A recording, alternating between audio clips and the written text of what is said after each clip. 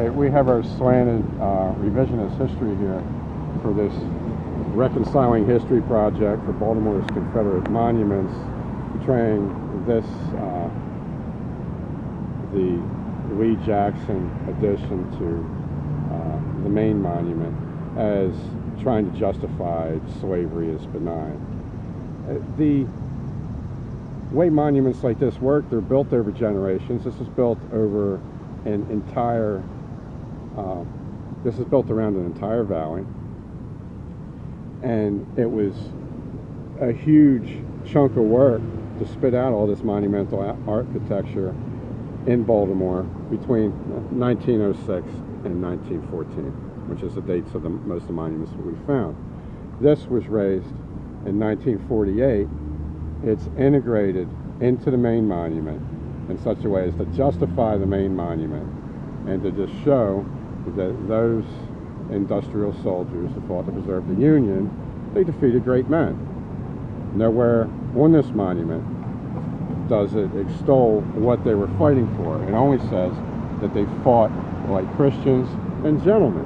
And this was agreed upon by their Union opponents at the time. They didn't feel like they were fighting evil men. They felt like they were fighting men that were on the wrong side.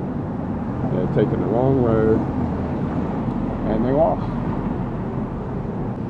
The interesting thing is the lessons of this war. The lessons of this war were completely lost on the British, French, American forces, and to a certain extent even the Germans that fought in World War I, which was the huge industrial war that followed on this was the baby of industrial wars. It ended around Petersburg with trench lines that held for months, and there was a lot of industrial warfare conducted at sea with these new ironclad ships, which were the forerunners of the vessels that we have now. It happened at the age of sail in the beginning of mechanized naval warfare. The things that were accomplished by Lee and Jackson and people like Nathan Bedford Forrest were not put into action until World War II. These were completely ignored by the military establishment, who still wanted to fight in the Napoleonic style, even though the weapons precluded this being effective. The British generals that marched the 60,000 best infantrymen to their death in one day at the Somme, the whole expeditionary force just, wiped into oblivion. They didn't pay any attention to the function of this war. What they paid attention to was the fact that the industrial power won. So they looked on war in terms of industry and manpower and material expenditure instead of maneuver, where these men had won most of their battles and most of the rest of them being draws against superior material and manpower through maneuver, including morale of their troops, and the morale of troops were destroyed by the conduct of industrial warfare.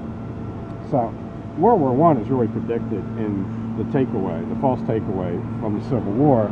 The people who were successful early in World War II were the German Wehrmacht, and they had studied extensively the Civil War. There were even Prussian military advisors present during the Civil War, and they were particularly interested in the campaigns of Jackson and Forrest, who used tiny forces to defeat multiple, much larger armies through maneuver. Once that is hinged to the industrial mechanism, then you get something like a blitzkrieg, and then you get the modern American snuff flicks on a national scale, like the days-long invasion of Iraq.